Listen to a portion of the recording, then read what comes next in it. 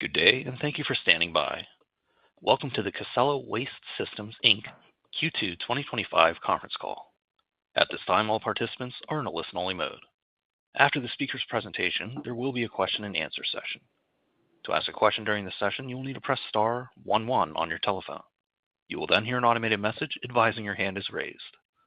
To withdraw your question, please press star 11 again. Please be advised that today's conference is being recorded.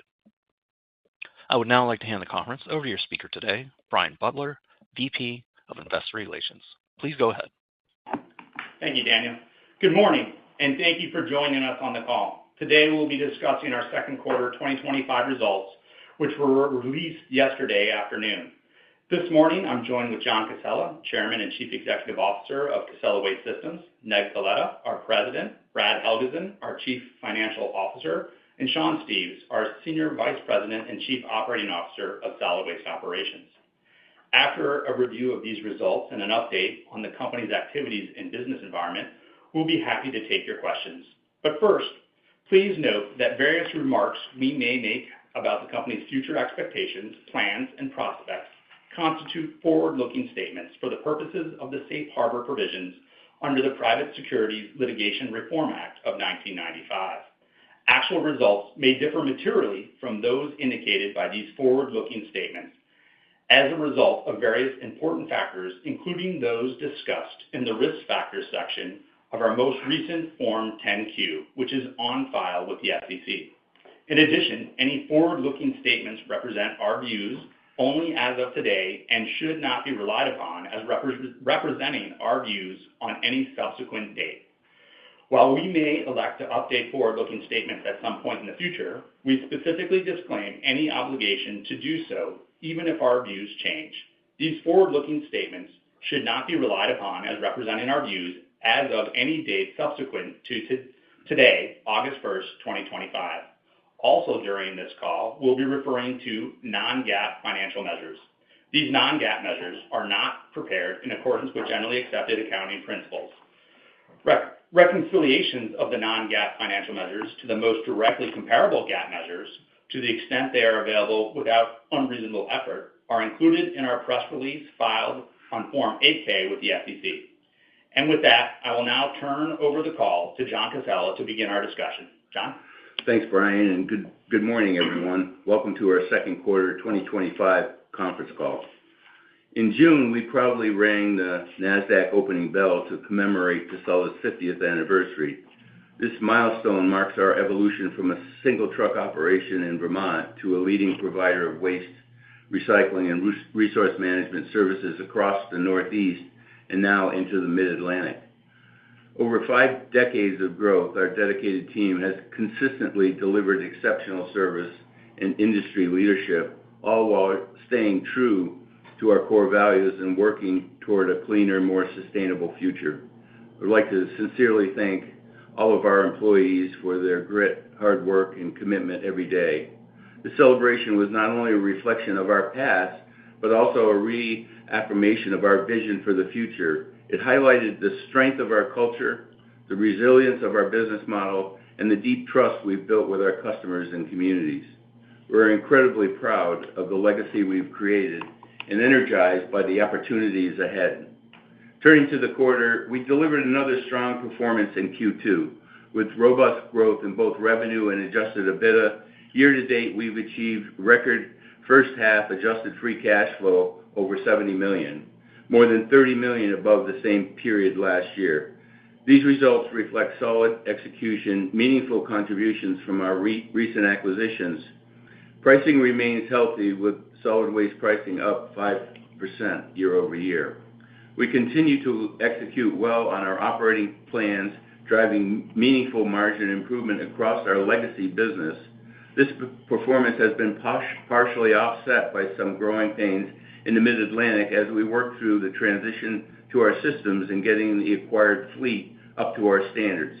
We are executing on a plan to rapidly get this performance on track.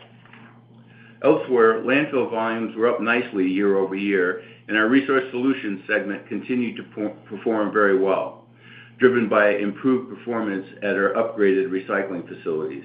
We've now completed 6 acquisitions year to date, representing about $90 million in annualized revenues, and we're excited about the pending acquisition of Mountain State Waste, which will expand our footprint in Pennsylvania and also into West Virginia, adding another $30 million in annualized revenues.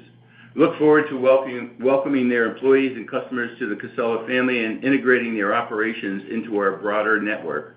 Our M&A pipeline remains full of targets that align perfectly with our strategy, and our strong balance sheet positions us to continue to pursue and complete these deals opportunistically. Looking ahead, we raised our full-year revenue guidance, reflecting on the continued strength of our core pricing and acquisition activity, and reaffirmed our adjusted EBITDA and adjusted free cash flow guidance ranges, representing another year of record financial results. And with that, I'll turn it over to Brad to walk through the financials in more detail. Thanks, John. Good morning, everyone. Revenues in the second quarter were $465.3 million, up $88.2 million, or 23.4% year over year, with $67.1 million from acquisitions, including rollover, and $21 million from organic growth, or 5.6%. Solid waste revenues were up 27.1% year over year, with price up 5% and volume down 0.8%. Within solid waste, price in the collection line of business was up 4.9% in the quarter, led by 5.9% price in front-load commercial, and volume was down 1.2%. However, year-over-year volume trends improved from the first quarter, with indications of a stable economy in our markets. Price in the disposal line of business was up 5.8%, and volume up 0.6% year over year. Results in the landfill business were strong, with total tons up 9.5%, including higher third-party MSW and C&D volumes, and over 12% growth in internalized volumes. We feel that we have meaningful opportunities to grow volumes further at our sites, but it's safe to say that the persistent market headwinds that we experienced last year are behind us. We drove price 8.2% at the transfer stations, with flat volume in the quarter. Resource Solutions revenues were up 10.2% year over year, with recycling and other processing revenue up 9.6% and national accounts up 10.6%. Within Resource Solutions processing operations, our average recycled commodity sales price was down 16% year over year, with softer markets across the board and most commodities now selling below 5-year averages. Notwithstanding market pressures, our contract structures share this risk with our customers by adjusting tip fees in down markets, so the net impact of lower prices on our revenue was just 1.6%, or less than $1 million. Processing volume in revenue terms was up 8.6%, driven by higher volumes at the Boston and Willimantic recycling facilities. Within national accounts revenue, price was up 5.9%, and volume up 1.9%. Adjusted EBITDA was $109.5 million in the quarter, up $17.9 million, or 19.5% year over year, with contribution from acquisitions, including rollover and organic growth. Adjusted EBITDA margin was 23.5% in the quarter, down approximately 75 basis points year over year. Bridging the year-over-year change in adjusted EBITDA margin, acquisitions contributing at lower initial margins than our overall business presented a headwind of 85 basis points. The base business on a same-store basis expanded margins by 10 basis points overall, with legacy footprint operations growing margins by over 100 basis points, but the Mid-Atlantic region representing a near-term headwind as we continue to work through business integration and synergy execution impacted by ongoing system conversions and delays in truck deliveries. I should note that these headwinds are transitory and represent margin expansion opportunity in the future, which we expect to see in 2026.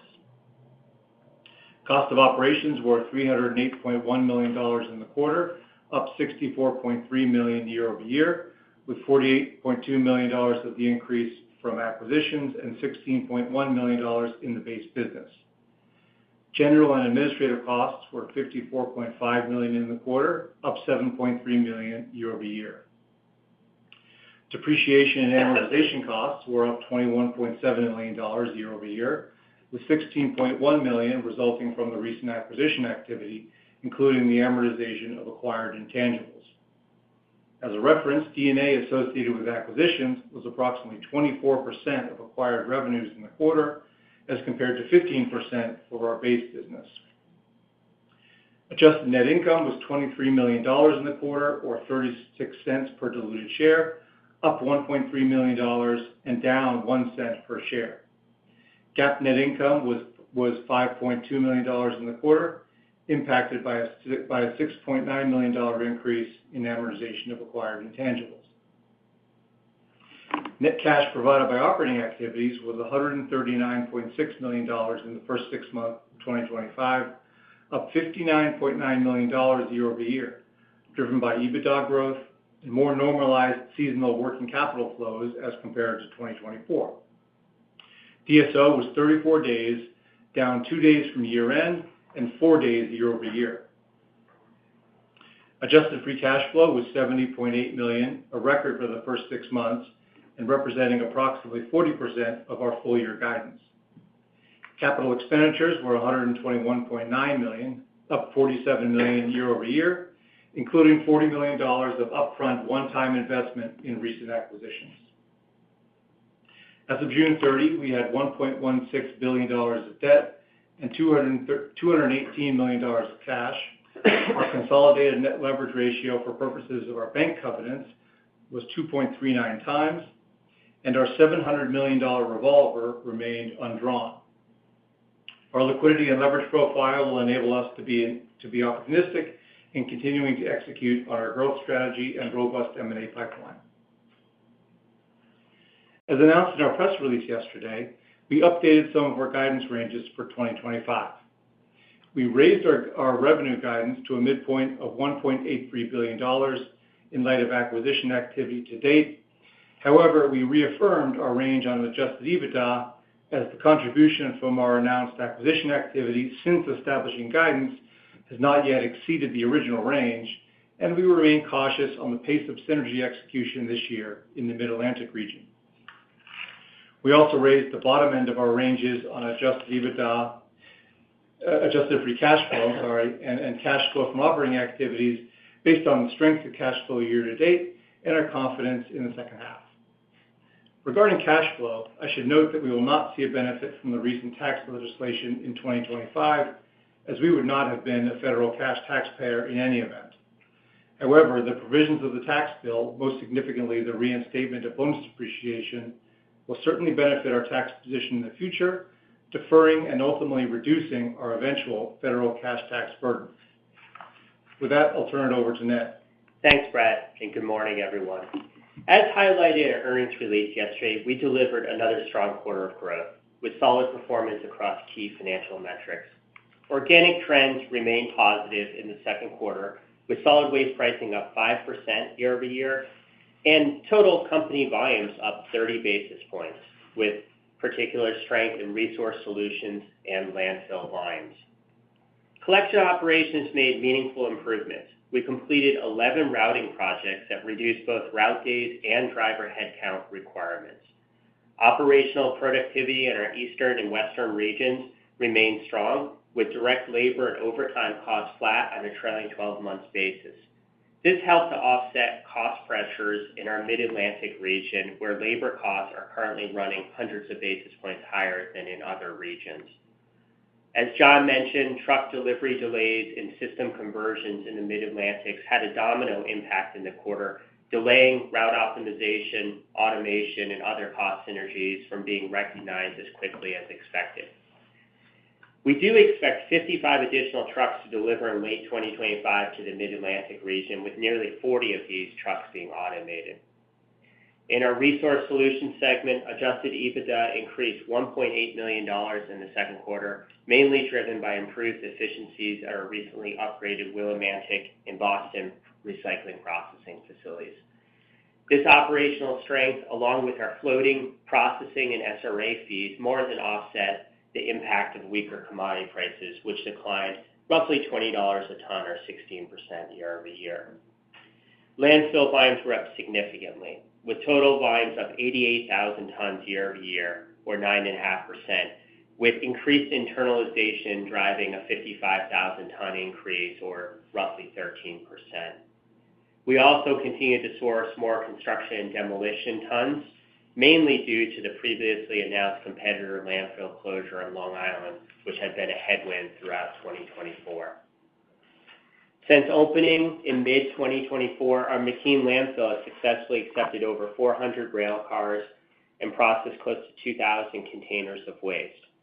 We're building out a new rail offload transfer building at the site to expand the range of materials that can be handled from the current containerized MSW to also include gondolas of MSW, C&D, and soils. We expect these upgrades to be completed in the first half of 2026, and at that time, we'll work to drive additional internalization to the site and also selectively attract new customers and material streams.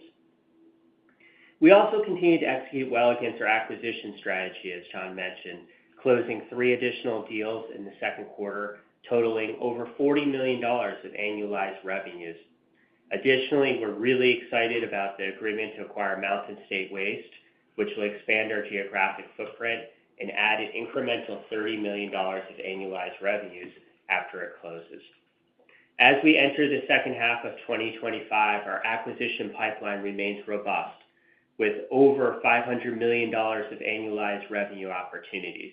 Our balance sheet remains strong, with leverage under 2.4 times and total liquidity of approximately $900 million. Our outlook for the remainder of 2025 remains positive, supported by continued execution of our acquisition strategy in a resilient, sustainable organic growth model. Our limited exposure to commodity prices and tariffs further reinforces our confidence in delivering consistent results. With that, I'll turn it back to the operator for questions. Thank you. As a reminder, to ask a question, please press star 11 on your telephone and wait for your name to be announced. To withdraw your question, please press star 11 again. Please stand by while we compile the Q&A roster. Our first question comes from Tyler Brown with Raymond James. Your line is open. Hey, good morning, guys. Can you all hear me? Sure can. Yep. Yeah, good morning, Tyler. Hey, morning. So Ned, can we just kind of start with the Mid-Atlantic? So it seems like maybe that group is lagging a little bit. Maybe can you talk about some of the reasons why? And I think you're implementing an ERP there, but big picture, once that new system is in place, won't there be a substantial pricing opportunity in that market in 26? Because I was under the impression that pushing price was kind of, call it, logistically difficult, and cash collections were kind of slow on that legacy system. Yeah, great question, Tyler. So if we flash back in time, there's always those moments where you make a R&D decision, and we maybe made one that's been a little bit painful. When we acquired the businesses originally from GFL, we decided to actually stay in the same billing operating system they had been operating. And it was more of an R&D decision for us to see, how it would work and if it was something that would work for the rest of our business. Flash forward, it's not a great system. There's not great analytics. There's not great routing capabilities. There's a lot of issues. So about 8 months ago, we decided to move to our legacy billing system, which has stood the test of time. It's been amazing, called SoftPak, but upgrading to the latest version. So we're very rapidly doing so in the Mid-Atlantic, but as I mentioned, it is a bit of a domino effect because not all those businesses are running in the exact same billing system today. We haven't been able to move all newly acquired businesses onto that system. And then the truck delays, just compounds the whole thing where we haven't been able to get automation, routing synergies. So we're not feeling bad about our plans or our synergy expectations. It's just taking longer. To your question about pricing, you're 100% right about that. There's not the same level of visibility around elasticity, around pricing that we have in our legacy system. So there is opportunity there as well. Okay, so I'll try to ask this question. We'll see what you give me. But what would you say the synergy EBITDA benefit could be from that group of assets in 26? I mean, is this a couple $1 million, or is this $10 million or more? Just any color? Yeah, so we haven't fully built out our budget for next year, and we're still working through the steps here. But on the routing side, this will come in over the course of a couple of years, as you're aware. And we had said there was ultimately as much as,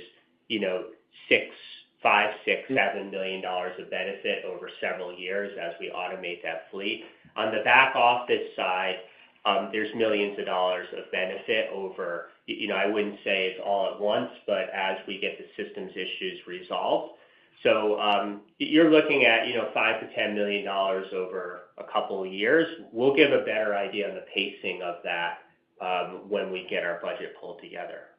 Okay. Yeah, that's very helpful. And then can we turn to Mountain State? So I'm just kind of curious about what some of the dynamics are in West Virginia. Is that a disposal neutral market?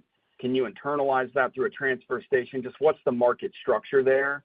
And then it looks like they have a really nice set of assets. Will that kind of serve as a mini platform in that region? It will. The majority of a good portion of the assets are in Pennsylvania, and the expansion into West Virginia. The expansion into West Virginia is into Morgantown, which is it's a terrific MSA in West Virginia. A lot of growth there because of the university. So it's a secondary, tertiary market that we're similar to some of our other markets. I think that there is an opportunity for us to continue to build off of that platform. There are operations. We do go into Ohio and Kentucky with the West Virginia assets. So there is an opportunity for us to add to that platform on a go-forward basis. Yeah, and Tyler, as you may be aware, it's a franchise market. So they have these lifetime franchise agreements that come with part of the acquisition. And in those markets, we would either be the sole provider or that there might be, several providers, but you have a franchise agreement where you're picking up, customers within a defined rate structure. But it's a very nice, well-run, profitable business with great assets. Yeah, definitely looks like it. My last one here, Brad, this is a minutia modeling question, but why did the interest expense guidance drop so much? It doesn't look like the debt balance really moved, and I'm doubting the coupon moved that much. Just what was going on there? I think just as the year progresses, we're just refining our view and letting some of the conservatism on that line out is really the bottom line.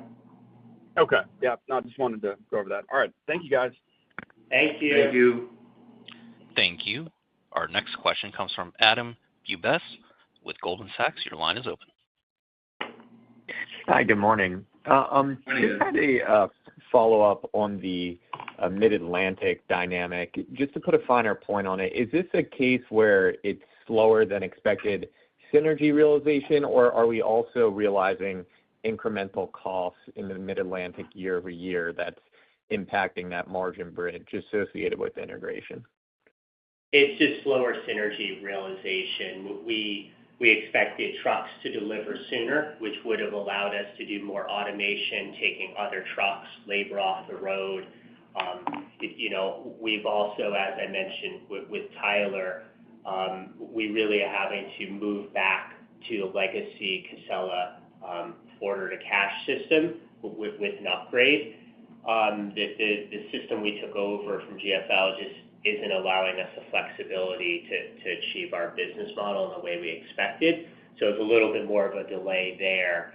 But nothing. The first half of the year, truck delivery was a significant issue. A good portion of the trucks that are coming in, the 55 that are coming in before the end of the year, a good portion of those go to the Mid-Atlantic. So that'll allow Sean and his team to really go after some of the synergies that we weren't able to capture. Understood. And then I think you closed on $40 million annualized revenues incremental intra-quarter. Can you just expand on the details of those transactions in terms of geographic and business mix? Any other details? Yeah, we don't typically give out the names, but we had one acquisition that was into our western region. It's in an existing market. We'll be able to develop tuck-in synergies with that. We'll ultimately be able to consolidate routes. Good, solid acquisition. We had two other acquisitions in the Mid-Atlantic. One is a very direct overlay, which will have nice synergies over the next year plus. It's in Delaware to southern PA. And then a second acquisition in PA that is a bridge between two operations. Sits right in between, has some overlay, but it expands territory slightly. So it's all really nice fits and acquisitions we've been working on for a period of time and have good synergy value. And then the last one for me, thinking back to the second half of last year, I think you had some margin headwinds from insurance events, incentive comp, and lower landfill volumes were also a headwind. With landfill volumes having recovered now and lapping some of those headwinds from last year, is it fair to think margins could expand at or better than the sort of 50 basis points of underlying margin expansion trend, or how should we think about the sequential margin expansion in the back half of the year? Thanks. Yeah, good question. And certainly this is Brad, certainly the landfill business flipping from a headwind to a tailwind, will be a nice driver of margin expansion year over year in the second half. I would say, though, that the margins implied by the fact that we raised our revenue guidance, we held our guidance range on adjusted EBITDA, that implies slightly softer margins than we had expected for the second half. And that's really, again, not to keep harping on it, but it's the Mid-Atlantic. So I think what we're seeing is, 50, 60 basis point of kind of same-store margin improvement. In the first half, the legacy operations have exceeded that, and then the Mid-Atlantic was a bit of a drag. So I think the pace at which we can execute on the synergies, get trucks delivered, et cetera, that's really going to tell the tale for the second half on margins. But you have those different factors that are going to be impacting it. Great. Thanks so much. Thank you. Our next question comes from Trevor Romeo with William Blair. Your line is open. Hey, good morning, guys. Thanks for taking the questions. Good morning. I was just hoping you could maybe speak. Good morning. Hoping you could speak to the volume performance in the quarter and the outlook. I think, Brad, you mentioned indications of stable economy in your markets and clearly some good trends in the landfill. You've also got some of the the Brookhaven factors and your own internalization initiatives, I guess. So hoping you could maybe just talk to what you're seeing in the cyclical areas of volume and help us parse out the underlying trends in your markets versus the more Casella-specific trends. Sure. Hey, Trevor. So if you recall, in the first quarter, we talked in particular about a really soft environment for roll-off. And at the time, we weren't really sure was that weather, and it was a difficult weather quarter in the Northeast.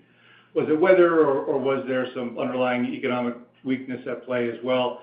That business has recovered nicely. I don't think we're seeing a booming economy by any respect, but things have stabilized, and so the year-over-year numbers from a volume perspective, really across the board, are stronger in the second quarter than they were in the first quarter.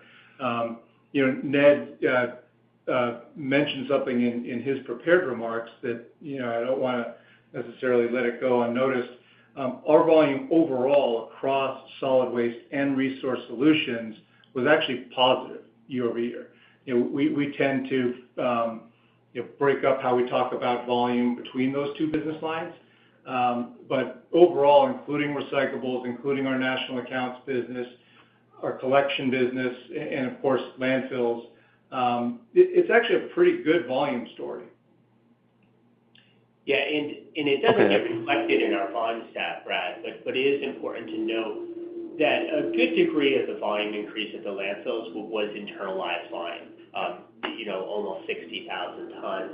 And that really reflects, one, getting synergies derived from acquisitions that we've done over the last 2 years as we've rolled off contracts, and also just our efforts over the last year to put new transportation lanes in place and ensure that transfer stations are getting to our landfills to create that value. So, another strong quarter there by our team of getting that job done and delivering those benefits. Okay, thank you both. That's really helpful there. And then, sorry, just wanted to go back one more time to I guess, the Mid-Atlantic. I think you talked about the systems and the fleet, I think, in detail already. But I think one comment I caught from Ned was labor running much hotter. And if I look at your expense details, and I think direct labor costs were up like 170 basis points year over year as a percentage of revenue. So maybe just a little more detail on what's going in there. Is it primarily just not having the automated trucks yet, or something else going on with labor there? Yeah, so we've mentioned this a few times, where the labor cost as a percentage of revenue or net revenue in the Mid-Atlantic is much higher than our legacy hauling businesses in the Northeast. And that's because there's a lack of automation, a lack of optimization of routes, and it won't get all solved at once. This is going to take years to solve as we get new trucks into the fleet, as we look to automate certain municipal contracts. But right now, we have a much higher degree of labor servicing the same revenue base in that market, which is a great opportunity. As we've mentioned a few times, we thought we were going to yield that opportunity a little bit faster in 2025, and now with truck delays, it's coming a little slower. But the opportunity is there. So we expect that to start coming down, and we expect that to be a real tailwind into the future where we can start taking that labor out of that business model. More broadly across the business, Trevor, we are seeing labor costs at sort of the upper end of our cost stack from an inflation standpoint. Overall, we think we're comfortably covering cost inflation with our pricing programs as we aim to do. But labor has been one of the higher running line items, candidly, from an inflation standpoint. Got it. All right. Thank you all. Really appreciate it. Thank you. Thank you. Our next question comes from Jim Schumm with TD Cowen. Your line is open. Hey, good morning. Thanks, guys. Good morning. So, yeah, just on the collection pricing, looks like a fairly significant dip in the second quarter sequentially. You went from 5.8% in Q1 to 4.9%, which seems pretty unusual quarter to quarter sequentially there. What's driving that? So, hey, Jim, it's Brad. Part of the issue is mix. So, across the lines of business, front-end commercial has been our strongest line of business from a pricing standpoint. Roll-off has been the relative weakest. And, of course, in the first quarter, there's much less roll-off activity than there is in the second quarter. So the best I could explain it is it's sort of a reweighting of the business lines rather than a same-store decline in pricing trends. Yeah, we also we had great pricing in the front-load line of business in the quarter, Brad, as you laid out, and very strong pricing in the residential line of business as well. Our pricing was a bit weaker in the roll-off, and we've been, as we exited the spring and volumes were a bit weaker than we expected, we didn't test market elasticity as much as we may in certain years. We were looking for those volumes, and it really isn't into June, into July that we really were able to start pushing price a bit more in the roll-off line of business, and we're starting to see that come more now. Okay, great. Thanks. And then what's the longer-term outlook for Resource Solutions? I mean, can this grow as quickly as solid waste, or does it become proportionally smaller over time? I think that the evolution of Resource Solutions in terms of providing the services that our customers are looking for, whether it's colleges and universities, municipalities, industrial customers, I think that the Resource Solutions part of the business, or materials management, as we call it, is going to continue to grow at a fairly rapid pace. We have tremendous opportunity in the Mid-Atlantic, as an example. We're just beginning to scratch the surface. We put the sales team in place, obviously. We're beginning to work that at this point in time. But when you think about Mid-Atlantic as an example, from a Resource Solutions standpoint, we've got tremendous opportunities from an industrial standpoint to really add a lot of value to the business on a go-forward. So I think that we're going to continue to see Resource Solutions grow at a fairly rapid pace. Okay. Got it. Thanks. And if I could just squeeze one more, and if you don't mind, Sure. CapEx thank you. CapEx as a percent of sales has sort of been running 12 to 13% over the past few years. It seems kind of high relative to maybe your landfill composition to me. So how do you see that evolving over time? What's the right sort of capital intensity? Where do we land in I don't know, 3-4 years? Yeah, it's Jim, it's going to go up and down, of course, as you know, based on our schedule for landfill cell development. The collection business, just trucks and containers, that tends to be 6 to 7% of revenue. Landfill could bring that number up significantly, depending on how busy the construction schedule is for a particular year. I'd also point out, kind of a unique factor, given the relative significance of our acquisition activity, is that, when we acquire businesses, we tend to, not in all cases, but generally we tend to have pretty significant upfront CapEx as we try and in one shot bring their asset base up to our standards in terms of the fleet, in terms of the facilities. So certainly that is a factor as well, and one that, again, for us, given the relative importance of acquisition activity, is probably a bit different from our competitors. Understood. Great. Thanks for the answers, guys. Appreciate it. Yep. Welcome. Thank you. As a reminder, to ask a question, please press star 11 on your telephone. Again, that is star 11 to ask a question. Our next question comes from Stephanie Moore with Jefferies. Your line is open. Hi, good morning. Thank you. Good morning. I wanted to maybe touch on a bigger picture question here. And, given the current administration does appear to be a bit more amenable to larger scale M&A, if that changes your acquisition strategy at all, or if there's anything you can call out from a pipeline standpoint. Thank you. Yeah, I don't think that it really changes our strategy at all, Stephanie. I think that we've indicated that, we see great opportunity on the Eastern Seaboard. There are some larger companies there, but we're still focused on, solidifying the investment that we have in the Northeast, solidifying the investment that we've just made in the Mid-Atlantic in terms of taking advantage of those platforms, continuing to add tuck-ins to those platforms as well, and then obviously looking for additional platforms down the Eastern Seaboard. So I don't think that it changes, our strategy from a M&A standpoint at all. Thank you. Appreciate it. I think it's certainly beneficial in terms of the tax depreciation, et cetera. It's very positive in terms of how we look at that with regard to the M&A activity on a go-forward basis from a tax perspective. Very positive. Excellent. And then I was hoping if maybe you could give us a bit more of an update on McKean. I know you called out some good investments and opportunities there, but as we think about just the timing of maybe some of those investments starting to come to fruition here, and any potential impact we can expect to see over the course of the next 24 months or so. Thank you. Yeah. So McKean first became operational late last spring, and we started off very slowly. And we started to ramp the site more this spring.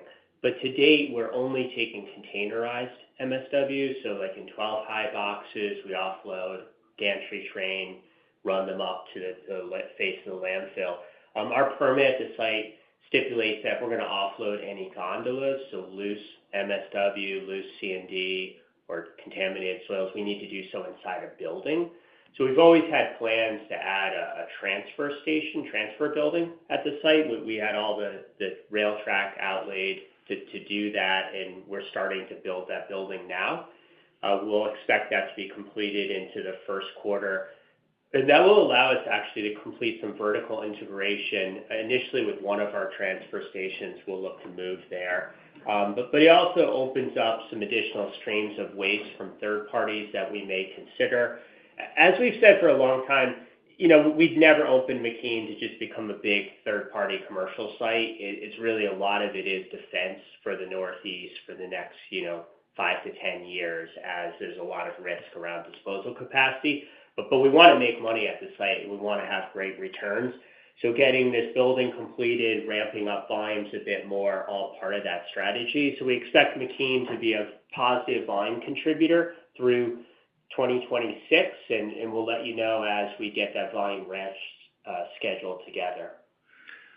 Yeah, I think it's fair to say that is a really nice opportunity for us to open up McKean for some select customers, 2 or 3 select customers that could, be a base on a go-forward basis, particularly, as Ned said, after we get completion of the building, then we'll be able to take the gondolas, which really opens up our opportunity.